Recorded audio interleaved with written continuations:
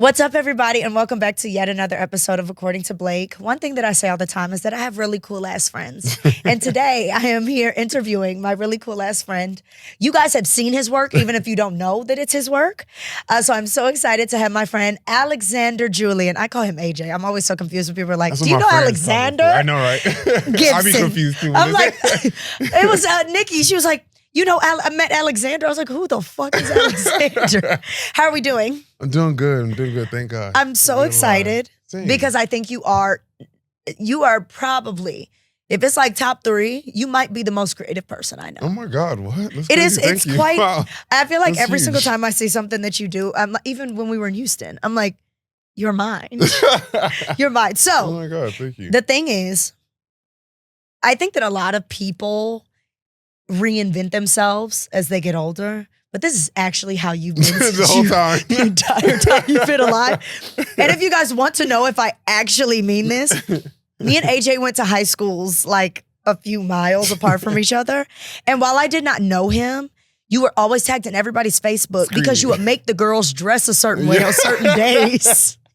Yeah, we used to have, I can't remember what it was called. It was like Get Fly Fridays or something like that. And basically every week I would drop like, okay, everybody has to wear black. Everybody has to wear this color. Everybody has to do that. And then I would go around like taking pictures of everybody's outfits and like the best outfits that get posted and just like, yeah, just doing. So did people show up at Hightower like, I got to make AJ's list this week? Screaming. I mean, I don't know that they were doing that, but I do think there's a little pressure, on everybody's dome every Monday. But then you did the same thing at Howard. So we also went to Howard. Mm-hmm. And I was having this conversation actually with Far this weekend, my line sister. And she was like, we haven't seen a Howard fashion show like AJ's since and before. So I think, okay, so we'll get to the fashion show because it really was like, there's New York Fashion Week shows that don't look like the shit that you put on when you were 20 years old. But have you always been creative? As a kid, were you always creative? Good question, honestly. I know that sounds like me just saying good question, but for real, I wonder. I think I remember my first like kind of creative like endeavor that I remember was me in kindergarten, and I won the coloring contest. And so I don't know if that's like, and I was just like, that matters. I remember winning that. I used to dress very poorly, so I don't know that it was. But I mean, if you saw the outfits I wore, you could say they were creative. Were they good? But that doesn't matter. But it was creative. It was creative. And then I've just always been involved like or interested in arts. I think like even I went to church, grew up in church, so it was like dancing at church. Just I don't know. So yeah, I wouldn't say like I really got into like my fashion space until like as a consumer and as somebody who enjoyed it, middle school, and then like as somebody who created in the space of fashion, like high school. But I think it's so interesting for you especially too, because I think Black men, and you're an African man too, are very restricted in their ways that they can explore creatively. Yeah. But it seems like you did not have that problem. I know. It's interesting. I think I always say this, and I didn't learn this until later in life. My mom, while very traditionally African Nigerian, she was a really creative person. Like, and I feel like she didn't really get to explore a lot of in terms of like career wise. She didn't get to explore a lot of the creative endeavors that she had. And I realized in my life, I have literally done everything that she has had interest. Like all the things that I do, my mom at some point, like thinking back, I'm like, she's expressed interest in all of these things like event planning, fashion, design, styling, all that, like everything that I've done, she did. And she did it for fun because she was a social worker. So like she didn't really have the space to do it. But like through our church and through just like her community, all the things that I do, she like did. And I just have the opportunity to do them in full and get paid for them because she supported me to do it. And I want to go back to the fashion show in college because I think that matters, y'all. No, it does. Y'all don't understand. I was a freshman. My mom came in town because it was Howard Homecoming. And she was at that fashion show like, what the fuck? How did a college student put this on?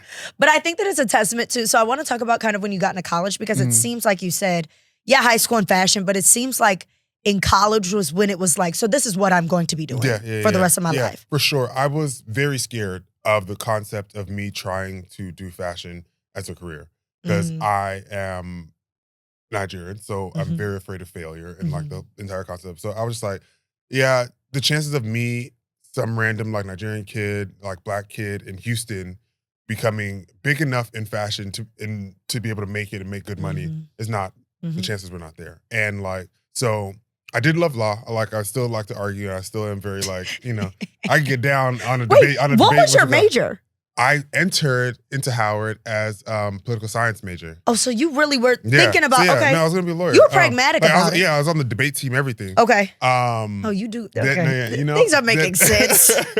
But then I got an internship in the summer. And it was so funny because when I say I lied/manifested this internship into like existence, it's actually nuts. I went back home to Houston and I had no plans. I was about to just bullshit all summer or whatever. But everybody else had internship. I was like, what the hell? Like, nobody said nothing about this. How old what year was this at this This point? is my freshman year. I was like 20, whatever. Okay. But 12, you were a freshman? Yeah. Okay. And it was the summer after my freshman year. And everybody had internships. And I was like, damn, like, and I was like, no, I need to get an internship. And so all my friends were like, oh yeah, we went to this summer. I was like, man, I'm gonna get an internship. I'm like, I have an internship. And so then I was lying. And I even lied to like booking a flight to DC because I was like, I'll just get there and figure some shit out. And so I booked that flight to DC. Then I think a week before my flight, somebody randomly was like, oh, like this editor at XXL Magazine, the fashion editor, is looking for an intern. And I was like, oh, bet. So literally. This wasn't in DC though. So you had to go to New York. So literally I had my friends bomb his like Twitter DMs, like we all bombed his DMs and like sent him my portfolio. He was like, oh wait, this guy's really good. Let's like have him go for an interview. And the interview was scheduled for the day after my flight to DC was. So I went to DC, slept, like literally snuck into UTC, stayed the night, then took a train to New York and then did the interview. And then he was like, oh, this is the most insane portfolio I've ever seen from an intern. And he was like, what was in that portfolio? So it was like all the work that I had done, just like me being around college, like doing photo, I used to do photo shoots like in the dorms, on campus, stuff I did in high school, the photo shoots I did in high school. Like I did a fashion show when I was in high school as well. Like that kind of stuff. Of course you did. And so yeah, he saw that. He was like, this is nuts. And I've always been really good about presenting my work. And I think so. I like aesthetics and like design. I was a graphic design minor. But so yeah, just always been, so he was just like, you're taking back, and then booked me. And then I did really good on my internship. I got to like pitch a 15-page spread in the magazine that I ended up styling, casting, and like creative directing. And then he was like, I told y'all he is not regular.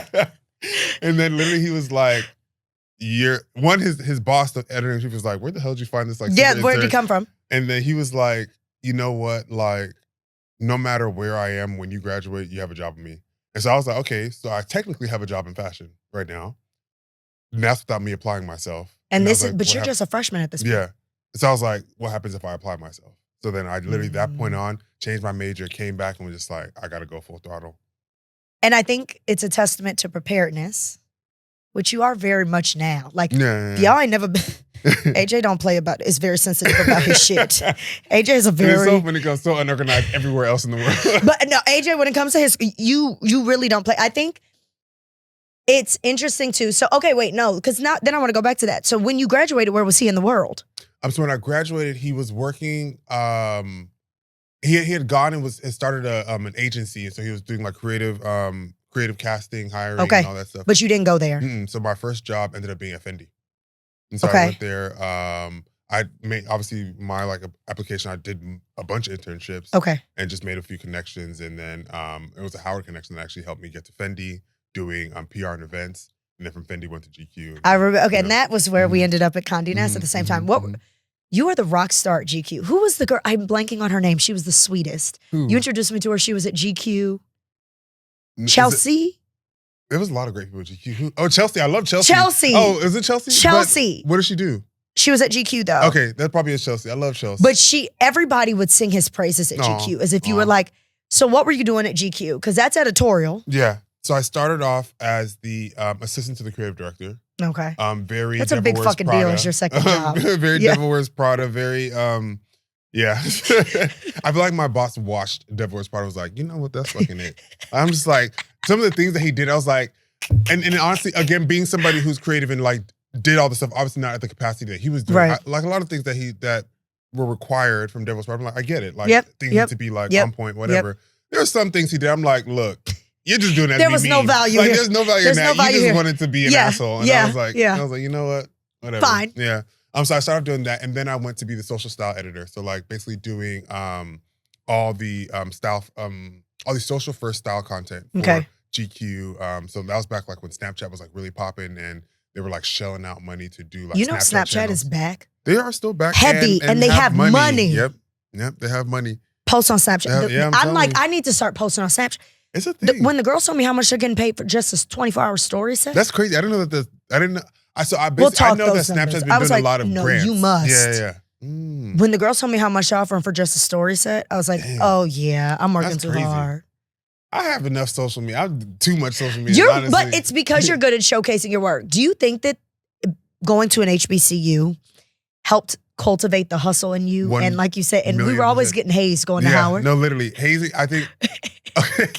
Hazing. I think. You know. I think. And there's trauma, character in it. Some of these kids, I'm telling you, there's things can go too far this way and too far that way. But a little hazing is. Today's Monday, so you know I was at church yesterday. Trials build you up. And they do. Especially when you go through trials together. Yep. What that does build you up together. And I think one thing, I mean, millions of things that Howard gave to me, but even on the topic of the fashion show, it's like, I was 20? Yeah. They literally gave me like $75,000 to put on a fashion show. And like, so like with doing that and like doing what I did with that and then coming out and like working at events in Fendi and like us doing a store open that our budget's $50K, and I'm like, oh, well, I've already done something. You know, I did Bison Ball that was like 100 and something thousand. I'm like, yeah, so that's, and then, you know, worked at Homecoming, that's $1 million budget. So I was like, going into the work, I'm just like, all right, this is easy. Life. Yeah. So then you start styling, right? You went from GQ. Did you go fully independent after GQ? Yeah. You start styling. Yeah. It was a time. It was so I left GQ after I was there for 2 or 3 years. You were there a while. Yeah. And I'd always wanted to work at GQ. That was like my end goal. I got there a little early, really early, and I was just like, damn, I don't really know what else next. Yep. And so I've always been afraid, honestly, just because again, the fear of failure and just like wanting to make sure I succeed. It was, and honestly, from the background I came from, not having like the safety net of like, you know, parents that would be able to take care of you if like you have a dry spell or whatever. So people always told me I should work for myself, but I'm not even the type to be like, oh yeah, I want to, you know, they drilled that into us at Howard, but I actively fought back. I was very much like, put me in a corporation. Yes. Yeah. With some benefits and 401k. Exactly. The things we don't have right now. So yeah, I quit GQ and I was like, I really don't even know what to do next. I don't even know what other company I like to work for. And then literally one of my friends was like, you should just work for yourself. And I was like, I don't know, I guess. Had you styled people while at GQ? Yeah. Okay. I've been doing some shoots. I'd styled some of their shoots. And I was in a really good space. Like a lot of this the social first content was like stuff that I'd creative directed, like I'd styled and everything. There was even like a lot of like little beef when I was at GQ because there was somebody who got hired. Like around the same time I got promoted, and she was promised she was going to be doing a lot of shoots, and I was doing more shoots than her. And like it was that happens a lot. It happens a lot.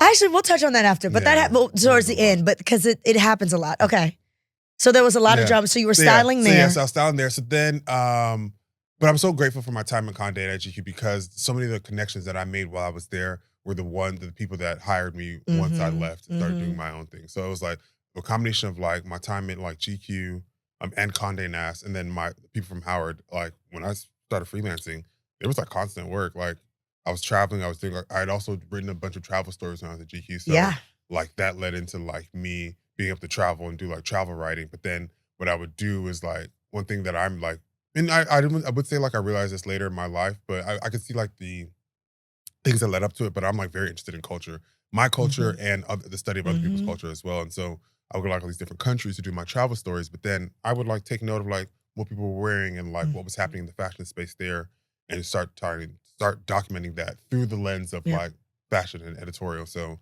that kind of led to like what I'm doing now and kind of the work that obviously I do a ton of work, but the work that I find myself you work more than anybody I know. AJ ain't never gonna be broke. Look, AJ ain't never gonna be broke. Afraid of failure. AJ ain't gonna never be broke. I can't be broke, man. So yeah, it lets like some of the work that I find most fulfilling, like the study of cultures and just like talking about how style influences culture and how we, as people who consume style, are inherently inspired by other people's cultures. Who has been, you guys, AJ has styled everybody. And that's not me like being dramatic. And you have styled people from such, for context, guys, he has styled Love and Hip Hop casts all the way to K-pop superstars and everybody within that entire. Who are your favorite? Who are your favorite first? And then who were the shoots that you got the biggest reception for? Oh, okay. Because those I'm sure are different. Yeah, very different. So my favorites, I'm very much an energy person. So I love like people who are just like really kind spirited and just like have great energy. Sierra's phenomenal. Everybody says she's a sweetheart though. Oh no, she's like so nice. Oh, Sierra. You styled her for Ebony? Yeah. Okay. Sierra and Brian Tyree Henry. Like some I text you. My mom was.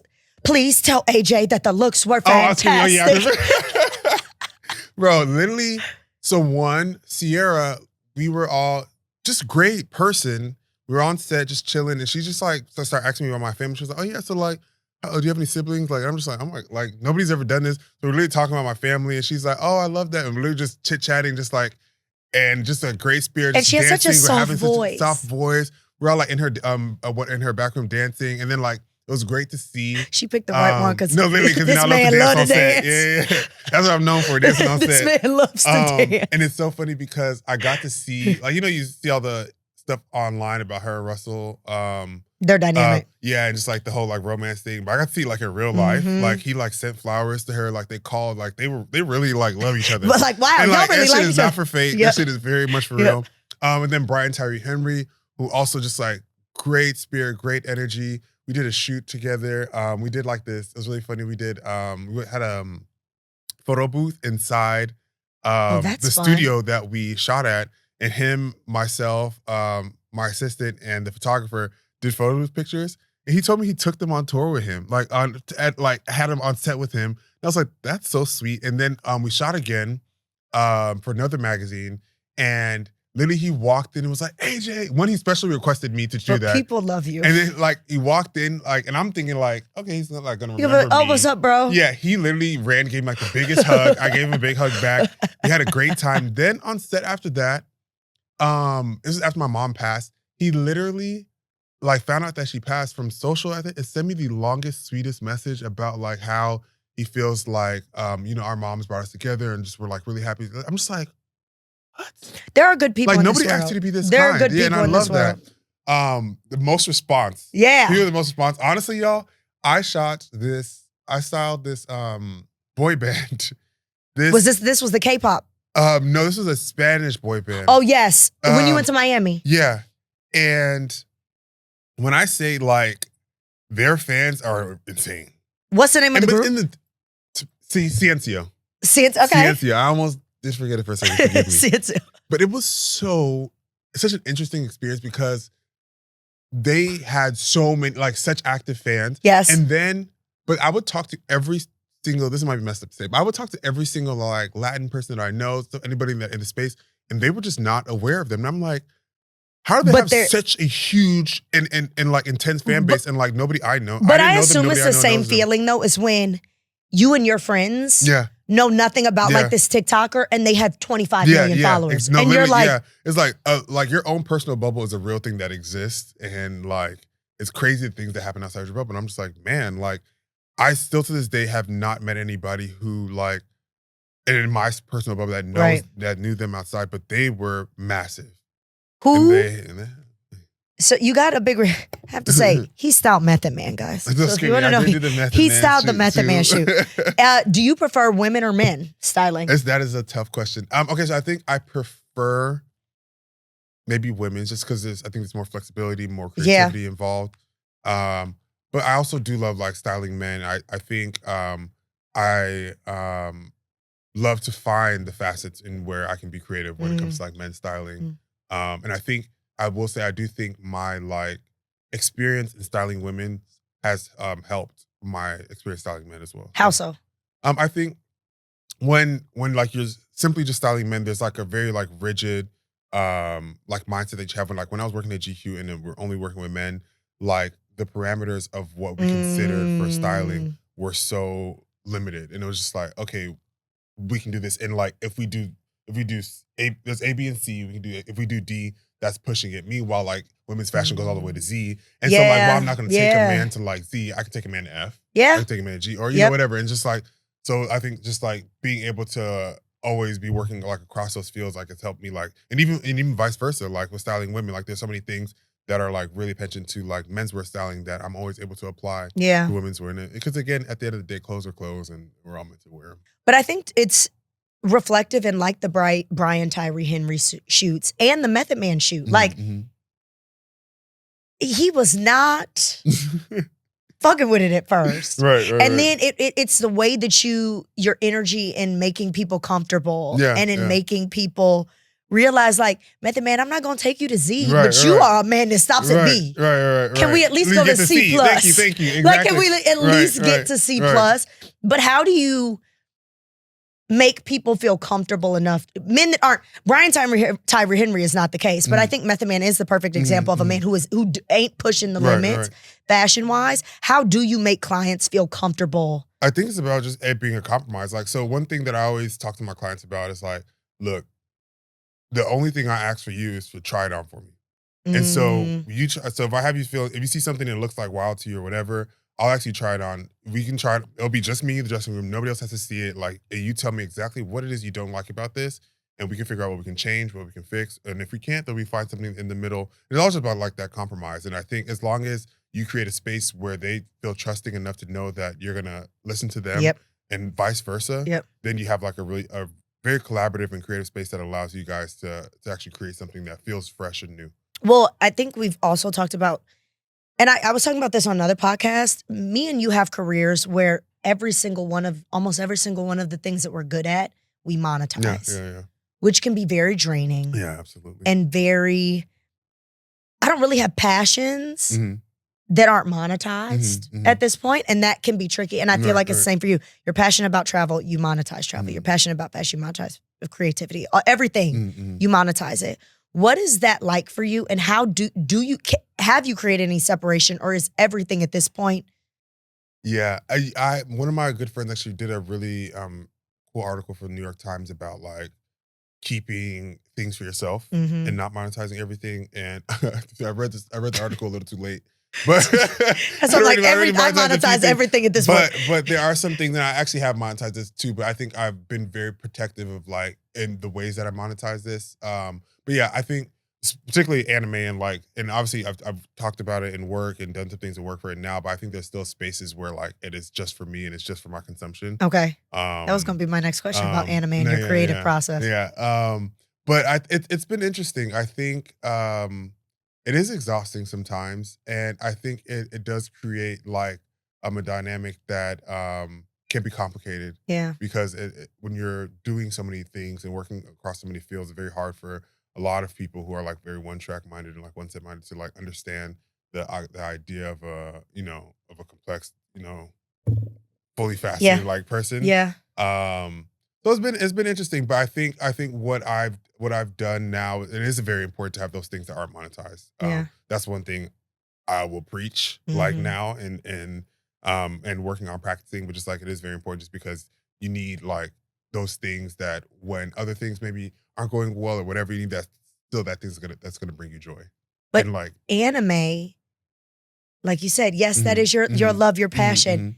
It does influence a lot of what you monetize. And so I think what for the anime space, like what's been interesting is it's always been an influence in just like we are products of our like environment. So like whatever we see, whatever we experience, we're gonna take it and we're gonna push it back out. And so like anime obviously is something I've taken a lot. It's always gonna show itself, even subconsciously, like through my work and like things like that. So I think that's something that I can never control because that's just like how, of course, as a creative you are. You take in stuff and you exude it.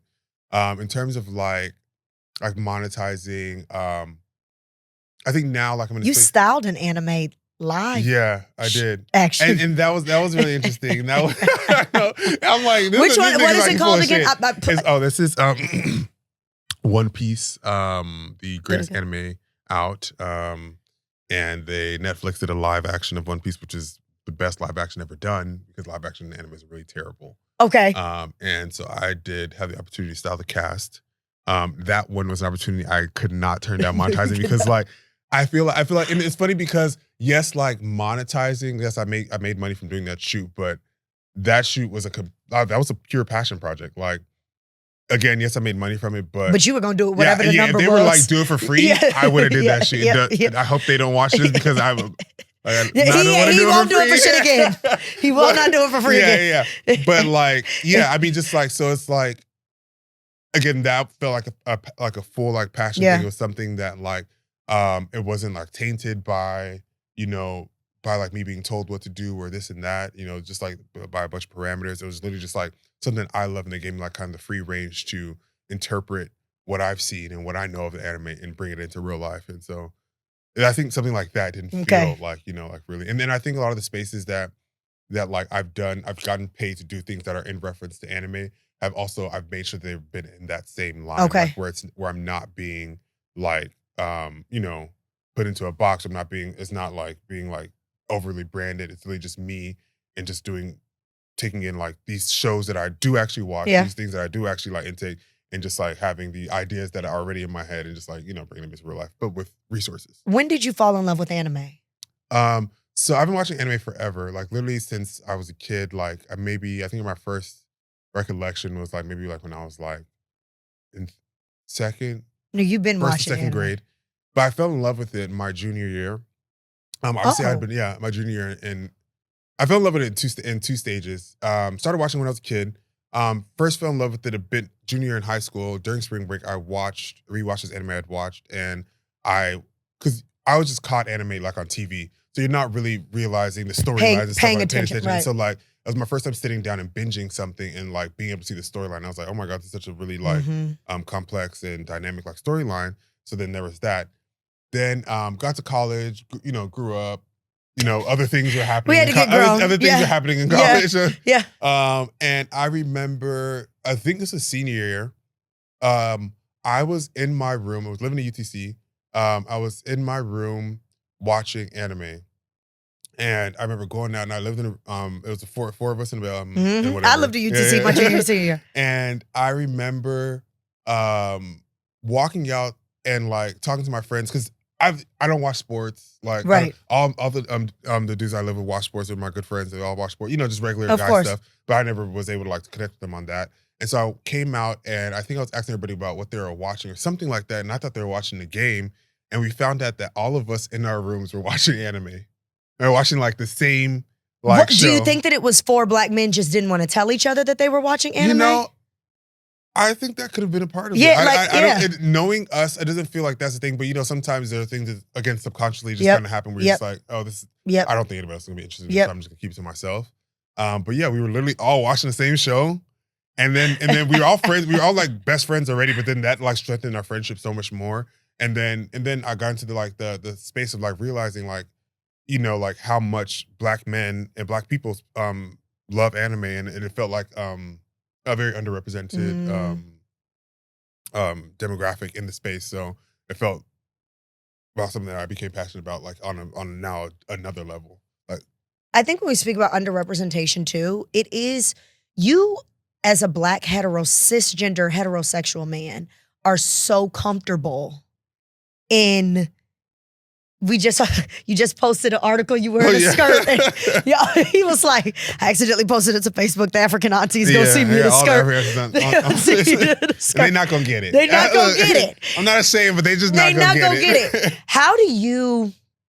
And did it take you a while to get to a point where it was like, I'm going to creatively express myself however I want? Oh, for sure, it took me a long time to get there. Yeah. Growing up in Houston. Houston people are very fashionable, but I think it's still like down south. It's still the South. I've always been, and I say this, and I'm gonna backtrack if I say it. I've always grown up in a very like black environment, and so like I think while black people love fashion and love exploring, I think obviously there's a lot of like hypermasculinity, and so like there was always like that was always coming into play. But I've also always been like raised by women, been around women, and so like femininity has not been something that has been like new to me, or it's always been around. I've always like seen it and appreciated it. So it was always a weird dichotomy when I was like growing up. And I wouldn't say I think the first bit of comfort came like going to Howard. Yeah. Just because then that opened up the world. Yep. You have, it's still Black people, but it's like Black people from all over. Yep. And like had different experiences. And then coming to New York was like the major. Because my whole story about New York is, look, there's so much crazier shit happening in New York for nobody to give a damn about me wearing a skirt. Let me tell you something. A man in a skirt, I'm like, that's the last thing I I worry actually about. probably wouldn't even like blink. I'd be like, and we're next. Yeah, and so no, so it was really fun. I think, but then also like going to Howard. I mean, I had a lot of confidence actually going into Howard, like from being in Houston, but then going to Howard, I think raised that and just like allowed me to be like really comfortable with who I am. And then when you're comfortable with who you are, you're comfortable with who everybody else is, and then you're comfortable in the spaces and like how you show up in the world. And I think that's like really important because when you're comfortable with how you show up in the world, it doesn't matter what other people, what somebody might think or whatever, because you know what you are and you know like your purpose and your space, you know? So I think that was really important from Howard. And then just moving to New York just like kind of was the icing on it. He was like, look, it's like I'm gonna be who I'm gonna be. Yeah, because there's a lot of shit to worry about out here. And me, whatever the hell I'm wearing is not it. I can tell you that. So yeah. And I think, you know, I mentioned earlier when I said that you really are one of the most creative people I know. It's always so interesting. I feel this way when I look at your content, and I feel this way when I look at Skylar and Tammy's content.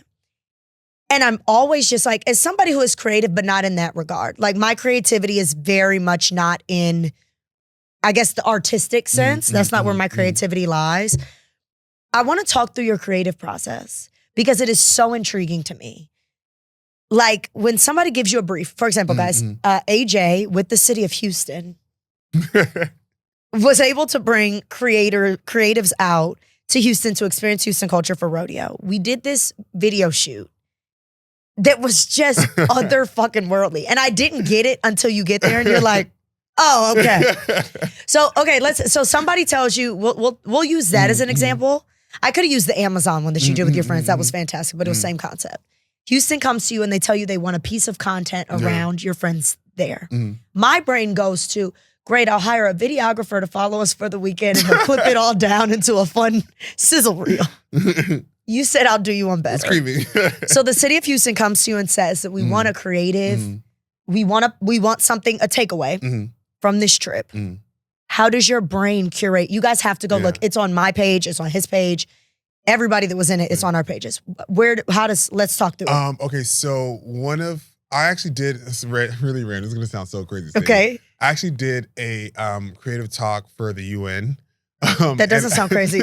Nothing you say surprises me anymore. And I actually talked about this creative process, and I hadn't really like quantified it or like you know written it down until this. And I realized what I do is I think of a concept. I think of like what the brief is in the most grand scale. Okay. I then pick apart the pieces of this brief or the concept that interest me most. Okay. And that I find the most interesting, and then I hone in on like a very small and minute So you scale detail. It down like 4 or 5 times. Yeah. And then that smaller detail, I then expand that world based on that like detail. So Houston is like, we want to do content for the rodeo. And I'm like, okay, rodeo. What are the things that are, you know, are about the rodeo? There's like there's Houston culture, there's like the food, there's the there is the animals, there's so fashion. This is the large scale. Right, that's the large scale. This is the grand. And I'm like, oh, you know, Western wear. And I'm like, okay, yeah, people wear Western wear to rodeo. Now I'm like, okay, so that's now the small detail. That's the smaller detail. Okay. But then now you expand on Western wear in that world. And it's like, okay, Western wear is not just like cowboy hats and whatever. There's a whole world like of Western wear. And then, so that's actually still kind of like the smaller detail. Right. And then I expanded it because more. You did era. Yeah. We did like an era. Yeah. Then I expanded to like Western films. And then that's when the world got expanded. Because then now I've taken that small detail that was just Western wear, then now expanded to the world of Western films. And then then you talk about the character archetypes that are in Western films, the color grading that's in Western, like just like kind of the whole storytelling. And so then that's when the idea got expanded. And then, so then I think the concept is so funny. I think of my brain, honestly, and it's so funny because now that ChatGPT is a thing. Has it been able to put into words your creative process? Yes, it's really helpful because like my brain works like what I think ChatGPT should work like. So my brain like works like, I think of my brain like a pot. Okay. So I throw in all these things, I just mix it up, and I'm just like, whatever comes out of it is like what's like. So it's like I have like, all these like, so basically that video, I thought of like kind of silent era film, puppeteer, like those like puppet shows that they used to do. I thought of obviously like the Western films. I thought of like a saloon. I thought of I forget the old vintage like playbills that they used to have. And just like doing all these ideas, and then came up with like our whatever the hell our thing was that had like all these little concepts, all these little pieces from like these individual concepts. So what I do with ChatGPT is I like literally will talk to it, just throw out all my ideas, and then just be like, help me like, streamline it. Yeah. And then also what I do is like when there's an idea that I literally, so even just right now when I struggle to talk about the puppeteering thing, right? Like I'd be like, I'll talk to ChatGPT about like that concept, be like, what's the name for this? So then I can now do research. Because I don't know what the name is. You can't be like puppet book. Yeah, right, exactly. Right. So I have to like, so I would do that, and then I'll go do my proper research. ChatGPT needs to reach out to you. No, it helps. They look. Brand deal. I know they got money. Yeah. Brand deal. Brand deal. Bad. So how long is that process then? It spread. It spread over a few times because it happens in its best and most flourishing way at night, in the middle of the night. So what time do you go to sleep? I go to sleep different times, but pretty early. Like, oh, okay. Yeah. Like 10, okay. 9, 8 sometimes. Yeah, so I'll be in the bed. I love it. I love my bed. I love my apartment. I love my bed. I love being at home. I love it. Yeah. I love the home. But yeah, and then I wake up. Typically, I wake up in the night with an idea. And then I'll flesh it out, and then I'll like take notes, and then. So you'll wake up in the middle of the night and pull out your phone and get to typing, or you'll write it down. Okay. Yeah, you get to typing, and then revisit it in the morning when I'm like awake. So yeah, that one, and it's really funny because I'm also a procrastinator in a sense, but almost in all senses. Same. But it's like I get really inspired randomly, and that's when I'm inspired, I have like this like just creative like whatever. It'll just be the tiniest whatever, burst, and then I'm able to build out like a whole concept. So like I knew I wanted to do this. I thought of the concept, but like I hadn't really built it out, and I sat on it for a long time. And then one day I just needed to talk to our set designer, my friend Jjay, who went to Howard with us.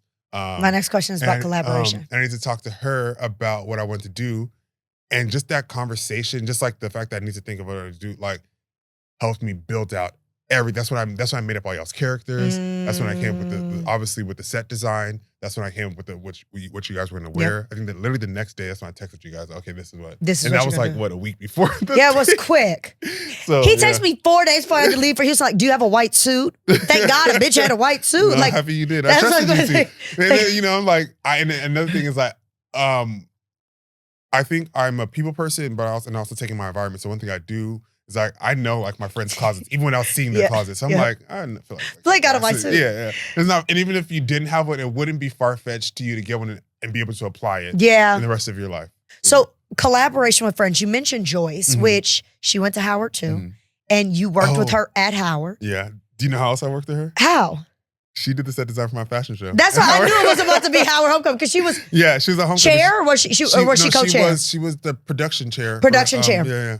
Yeah. When it comes to collaboration with friends, and you do it a lot, how do you convey your ideas? What I will say is I think, especially on that set, I think it is proof of the way that people respect your creative process. Because all of us were like, we don't know what the fuck is going on. Yeah. We just gonna let him cook. I will say, like, all my friends just trust me. Yeah, I really appreciate it because I'm the worst at explaining things, and just my mind is always working in such like a insane way that like trying to explain things to every single person is always impossible for me.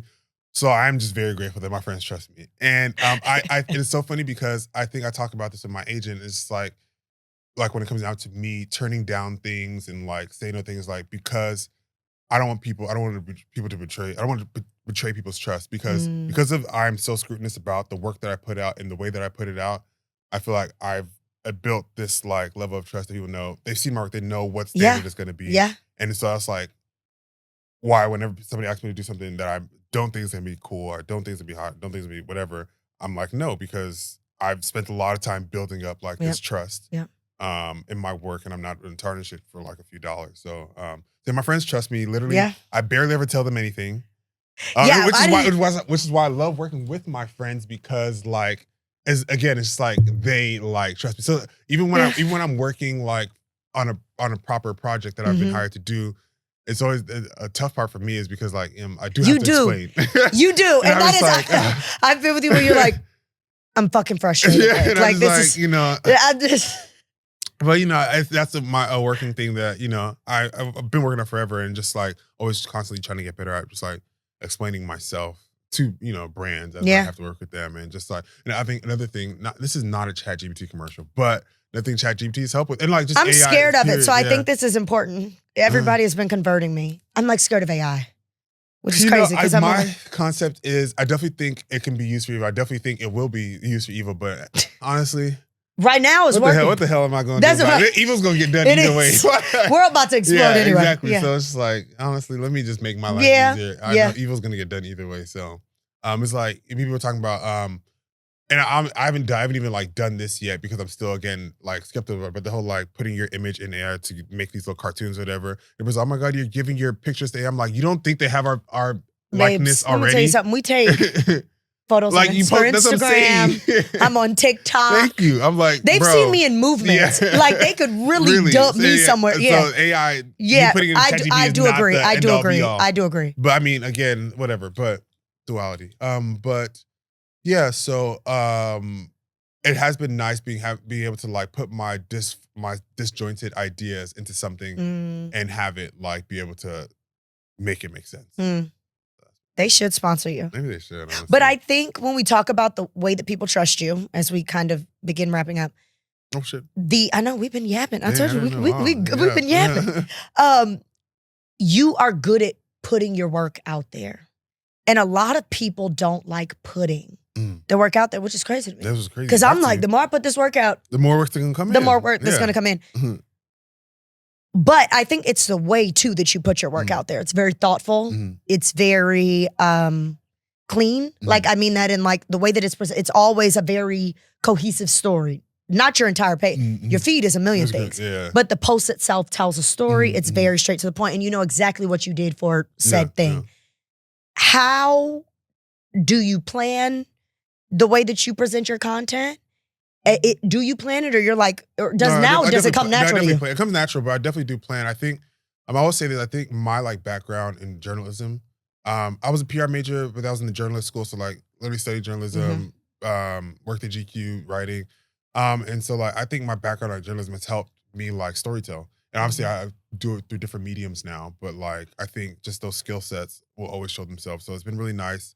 Like every single thing that I do like has a story because it is, it is a story. It's like from the concept to like the trials and tribulations I went through, like bringing that concept to life to what it's like seeing it finished and to like the reception. That's all a part of like the story. And so I think when you are presenting work or you're presenting anything to anybody, people are able to and enjoy being able to buy into like a story and being able to like understand what had to happen for me to see this piece of artwork, or to be this piece of work period. Yeah. So what's next for Jjay? You just canceled a flight to Brazil. Thank God. Jjay does not sit down. Yeah, no, I literally have not sat down. But I guess when somebody so creative as you exists in this world, what is your end goal? Because when I talk to people, usually this creative, it doesn't have shit to do with what they're doing right now. Yeah, that's interesting. I almost don't have an end goal. I just want to continue to be able to create as a source of joy. I think that's one thing. And I mean, end goal, I want to make sure that I'm able to do this with longevity and financial stability and all that stuff. But however, God, wants it to happen, like I'm, all for it. So no real like physical end goal. I just want to be happy, financially stable, and still being able to create. Now, the show is called According to Blake, but today it's According to Jjay. Screaming. So according to Jjay, if you could only, can only pick one. You can only travel for the rest of your life or buy clothes. Oh, what? Yeah. You have to pick. Oh. Because if you buy the clothes, you can't travel. If you travel, you can't buy the clothes. It would be travel, 100%. Okay, I figured that was going to be the clothes. I mean, I'm going to try to make this concise. Clothes, that's the thing that separates me from like fashion people is like, I don't like love clothes in the way that just like loving clothes. I see clothes as like tools to create imagery, Mhm. like really beautiful tools. Right. But so it's like they are meant to be used like to Right. So like Right. I don't like just enjoy wearing, like I'm not like, oh, I can't wait to put on this like beautiful Put this shit yeah, on. you know, I just like if I see a beautiful, I'm like, oh, I can't wait to create something visually. And sometimes what that is on me, and better times it's on other people. Right. It's in other spaces. Right. So yeah. So yeah, I'm definitely travel. Oh, well, that see was the world. easy. Yeah, that was easy. According to I'm happy it was easy. AJ, the country that has evoked the most creativity from you, it could be a city, it Ooh. can be a country, whatever. Okay. Okay. Uh-oh. Okay, so I mean, recently Okay. it would be Dakar. Okay. Naturally, I have to say Nigeria because Well, I mean, you are Nigerian. yeah, and so the whole culture has Right. influenced me. Right. But I've had like a real creative. Last year, I had like it just changed it literally uplifted me in the most needed way ever. So yeah, Dakar. What is it about Dakar? The people, the art. Mm. It's an African country, so like there's fashion, obviously that plays a huge part in it. Just the kind of general like kind of lax and like relaxing like kind of ambiance there. And just people are just gorgeous and just like very kind and I think are very influenced by the art that is a huge part of their existence. And so when you see people who are inspired by art, who their actual existence is inspired by art, you know, you're also then inspired. According to AJ, your dream client, somebody you have not worked with yet. Could be a group, it could be an entity, it could be a person, it could. Oh, you know, there's somebody, who was it? Oh, you know who I'd be interested in right now? Shabuzi. Yeah, I think just because we have a lot there of could be some magic right there. Yeah, he's also Nigerian. He's also tall, and like obviously the country aspect is. I think, and honestly, like again, his story is so cool. You don't think it's being told, right? You don't think it's being told. Yeah, and I just feel like he could be having. He's having a big moment, but like I just feel like it could be so much bigger than in the fashion sense. Shabuzi, he has not failed a man once. He hasn't failed anybody, but especially the men. You have not failed. You have not failed the men once. Okay, please tell the camera where they can find you. So you can find me online on Instagram at Alexander-Julian or on my website alexanderjulian.info or in real life on the streets in Brooklyn. Y'all, you know what I'm saying? AJ used to throw these rooftop parties every summer. And this one time, I'm drunk as a skunk on a roof. And I was like, is that the icy lady? Excuse me. Oh, he had got the icy lady from outside to come up on the roof. No, AJ is the definition of outside. Thank you guys so much for joining us. I hope that you enjoyed this episode. Thank you. I had a blast. Thanks for having me. Of course. Nobody else. Nobody else.